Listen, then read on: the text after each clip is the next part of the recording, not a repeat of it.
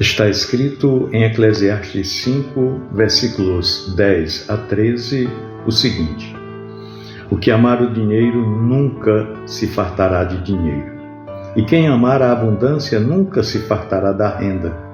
Também vi que isso é vaidade. Onde a fazenda se multiplica, aí se multiplicam também os que a comem. Que mais proveito, pois, têm os seus donos do que a verem com os seus olhos?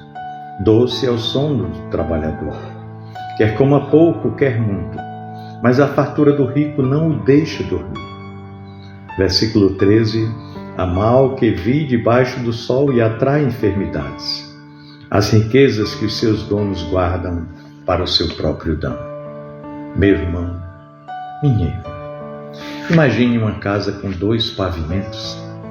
No térreo estão todas as demandas visíveis e urgentes, como contas a pagar, metas a alcançar, bens a conquistar, problemas a resolver. É o andar do nosso cotidiano, onde os nossos sentidos dominam, onde o tempo é curto e a pressão é constante. Já o andar de cima abriga o que é eterno, aquilo que é interior, aquilo que é invisível aos olhos, mas essencial, como a nossa fé, valores, a nossa alma, o nosso relacionamento com Deus. Ali reina o silêncio, a reflexão e o discernimento espiritual. Agora, pergunte-se, em qual andar você vive a maior parte do tempo? Em qual deles você toma as decisões mais importantes da vida? Em que nível você define o sucesso e o significado da sua vida? É importante refletirmos. O texto de Eclesiastes 5 é uma confrontação direta ao coração humano, aos nossos corações, que se entrega a ilusões de que ter mais significa ser mais. É um ledo engano. Salomão, com a autoridade de quem experimentou riqueza como poucos na história, declara: quem ama o dinheiro, o que amar o dinheiro, nunca se fartará dele. Pois é, não se trata de uma crítica ao dinheiro, não, mas ao amor desordenado por ele. O apego, o desejo insaciável, a dependência emocional e existencial daquilo, daquilo que deveria ser apenas um meio, mas não um fim. O grande problema não é possuir bens, mas sim ser possuído por eles. Não é trabalhar para sustentar a vida, mas viver para sustentar um estilo de vida sem freios, desenfreado. Quando o coração se rende à lógica do acúmulo, perde-se o equilíbrio. A alma entra em um ciclo vicioso de querer sempre mais, e cada conquista se torna uma escada para outra, e assim a medida do ter nunca enche. E tudo isso sem que haja descanso, gratidão ou contentamento. Esse ciclo Salomão resume de forma cortante quando ele diz: vi que isso também é vaidade, né? Ou em outras versões, não tem sentido, é como correr atrás do vento. Pois bem, voltando à metáfora da casa de 2 andares, nós podemos enxergar nesse contraste uma representação muito clara da luta espiritual entre a carne e o espírito. A carne não significa apenas o corpo, mas, sobretudo, a inclinação natural ao egoísmo, ao imediatismo. Já o espírito representa a parte mais elevada do nosso ser. Representa a nossa conexão com Deus, a nossa consciência, a nossa sensibilidade ao que é eterno. A maioria de nós, mesmo com boas intenções, vive aprisionada no térreo. As coisas de baixo gritam, a conta bancária, o desejo de reconhecimento, as comparações nas redes sociais, o medo de não chegar lá. Enquanto isso, o andar de cima, ou seja, a nossa alma, permanece esquecido. Sim, o andar de cima permanece esquecido, negligenciado e muitas vezes sem voz para nós. Mas a vida foi criada para ser conduzida de cima para baixo. O que está em cima deve orientar o que está embaixo. O Espírito deve governar a carne. O eterno deve guiar o passageiro. O invisível deve moldar o visível. E aí, quando esta ordem se inverte, surge o caos, a insatisfação, a crônica e a perda de sentido. O grande problema do amor ao dinheiro é que ele não conhece limites. Ele não sabe a hora de parar. A pessoa que ama o dinheiro nunca diz é suficiente, é o bastante, já chega. Não, nunca fala isso. O que começa com uma boa busca por estabilidade, rapidamente se transforma em ambição, depois em ganância e, por fim, em escravidão. Sim, escravidão. O amor ao dinheiro escraviza. E essa busca insaciável rouba a paz. Pessoas trocam a comunhão com Deus por mais horas de trabalho. Trocam o tempo com a família por metas corporativas. Isso é muito comum no sistema atual.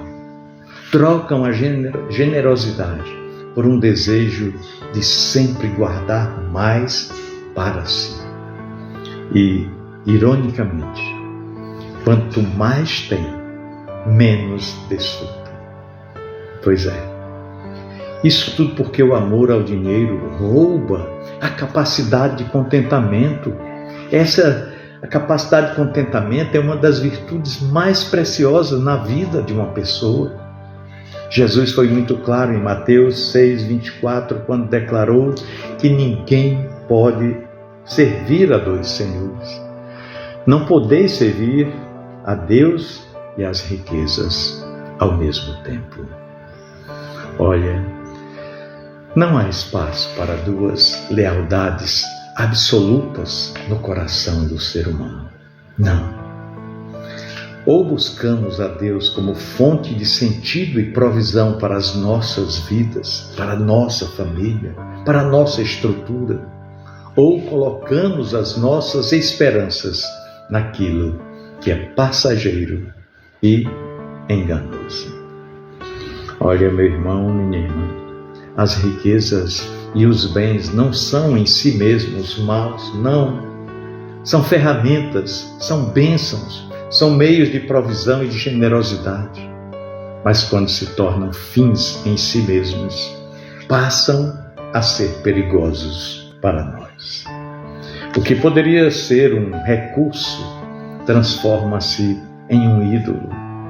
O que poderia proporcionar descanso causa angústia. O que poderia promover a justiça alimenta o ego. E assim, o apego às coisas materiais vai desvirtuando paulatinamente a virtude e intensifica os vícios. É assim. Em vez de liberdade, promove a escravidão. Em vez de gratidão, alimenta a insatisfação. Em vez de fé, gera controle, domínio. E quando a alma se rende a esse estilo de vida, mesmo as pequenas alegrias do andar de baixo, o prazer de uma refeição, o conforto de uma casa bem estruturada, as conquistas profissionais, vão perdendo o seu sabor. É assim, simples assim. A única forma de resistir ao poder sedutor do materialismo é viver com a alma voltada para o alto. Isso não significa abandonar os compromissos da vida cotidiana, mas reorganizá-los à luz do que é eterno. Significa usar o dinheiro como servo, não como senhor. Significa colocar as decisões financeiras, profissionais e relacionais sob o crivo da Palavra de Deus e da direção do Espírito Santo. Olha, essa vida de cima para baixo é uma escolha diária, uma prática espiritual intencional. Envolve oração, reflexão na Palavra de Deus, simplicidade, contentamento e generosidade. Exige confrontar os desejos do coração e aprender a dizer: já tenho o suficiente para ser feliz. Deus é a minha porção. Quando essa ordem é restaurada, as coisas do andar de baixo são redimidas. O trabalho volta a ter propósito. As posses passam a ser usadas com sabedoria. O tempo passa a ser aproveitado com discernimento. E o coração encontra descanso. Não nas coisas, mas em Deus. O livro de Eclesiastes não é uma denúncia contra o viver terreno, não, mas um chamado à sabedoria. Sim, ele nos mostra que buscar sentido apenas no que é material é um projeto fadado ao vazio. O verdadeiro sentido vem de cima.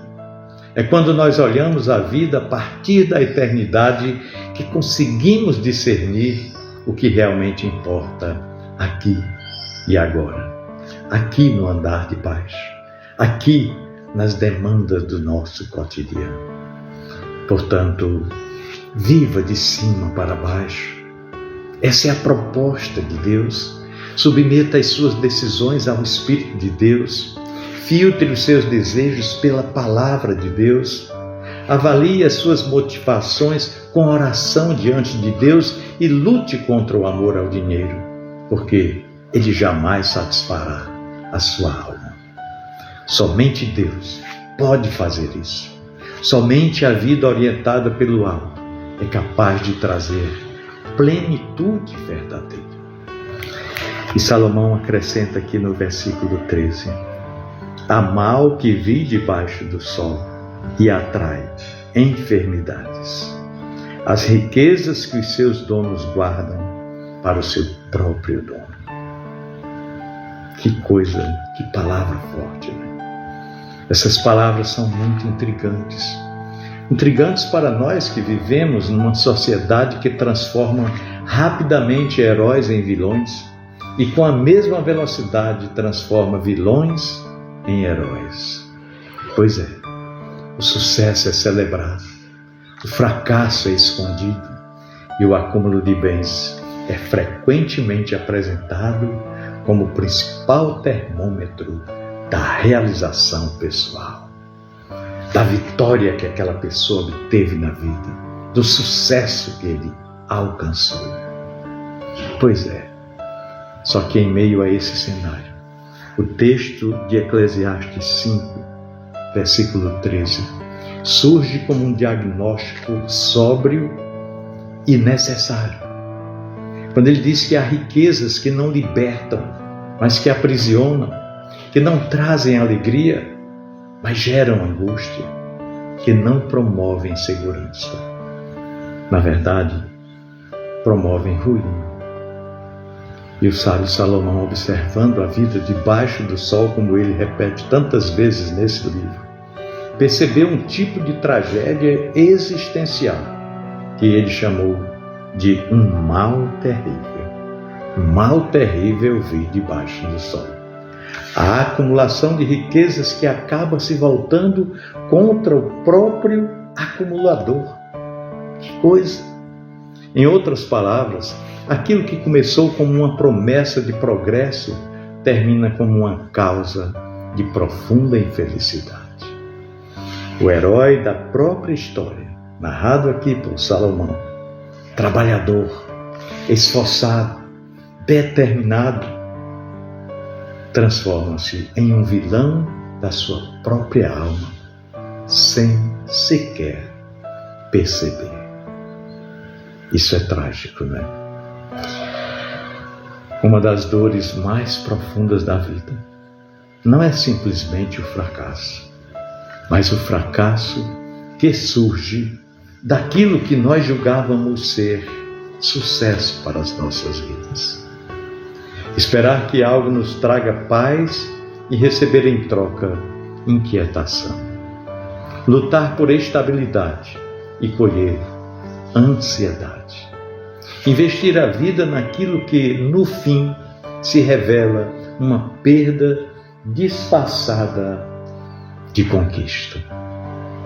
Isso é, de fato, muito trágico. E Salomão está descrevendo um tipo específico de reviravolta, quando aquilo que parecia um triunfo se transforma em tormento. Sim, é o empresário que sacrificou a família pelo negócio. E quando chega ao topo, encontra, digamos, solidão. É o profissional que construiu um império, mas perdeu a capacidade de confiar, de descansar. Perdeu a capacidade até mesmo de sorrir, de confiar nos outros. É o homem que acumulou riqueza e descobriu tarde demais que riqueza sem propósito transforma-se em uma prisão luxuosa. As Sagradas Escrituras nunca apresentam o dinheiro como um problema em si. Não. O problema é o coração humano e a sua tendência a depositar fé, confiança, valor e sentido naquilo que não pode salvar, o dinheiro. E o que Paulo chama em 1 Timóteo 6,10 de amor ao dinheiro como raiz de todos os males. Salomão identifica esse mesmo mal quando ele declara que acumular sem sabedoria e sem direção espiritual significa desperdiçar a vida com o que não alimenta a nossa alma. E o dinheiro é assim. O dinheiro, quando mal compreendido, deixa de ser um servo para nós e se transforma em Senhor.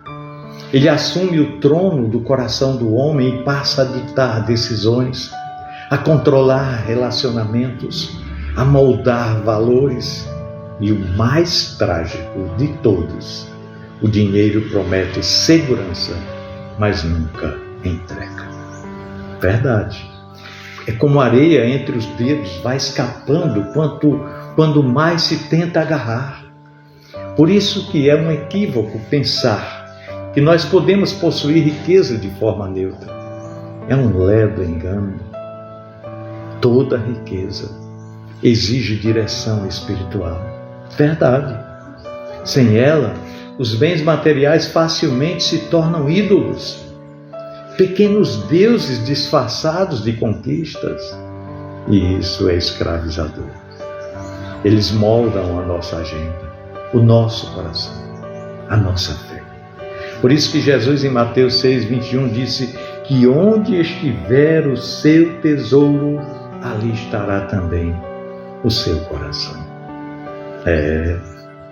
O lugar onde nós colocamos as nossas riquezas acaba moldando quem de fato nós somos.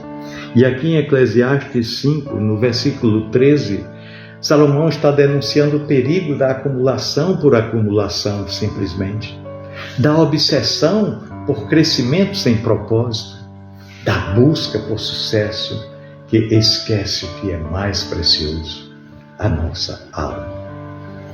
Olha, quando o dinheiro é o objetivo final, tudo que não é dinheiro se torna, digamos, descartável, como os relacionamentos, os princípios, os valores, a saúde, o tempo com Deus. E quando finalmente se chega lá sendo o topo da montanha material, aí descobre-se que não há nada de eterno naquele lugar. E aquela satisfação que buscávamos alcançar torna-se insatisfação. A sabedoria bíblica está sempre desafiando as nossas definições humanas de sucesso. O mundo valoriza acúmulo, poder, visibilidade. E Deus chega e nos mostra que Ele valoriza fé, humildade e generosidade. O mundo nos ensina a conquistar.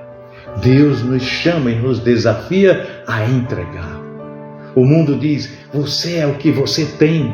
E Deus diz, você é quem eu digo que você é. Quando Deus nos dá recursos, é para que sejamos mordomos, não colecionadores. A função da riqueza no reino de Deus é servir aos propósitos eternos, abençoar pessoas, sustentar a obra de Deus e gerar louvor ao nosso Criador. Fora disso, ela se transforma rapidamente em armadilha, como o próprio texto nos mostra. Portanto, a tragédia de Eclesiastes 5, versículo 13, não é apenas a infelicidade de um homem rico, mas, sobretudo, o retrato do destino de todos quantos acumulam sem propósito, sem generosidade, sem submissão a Deus.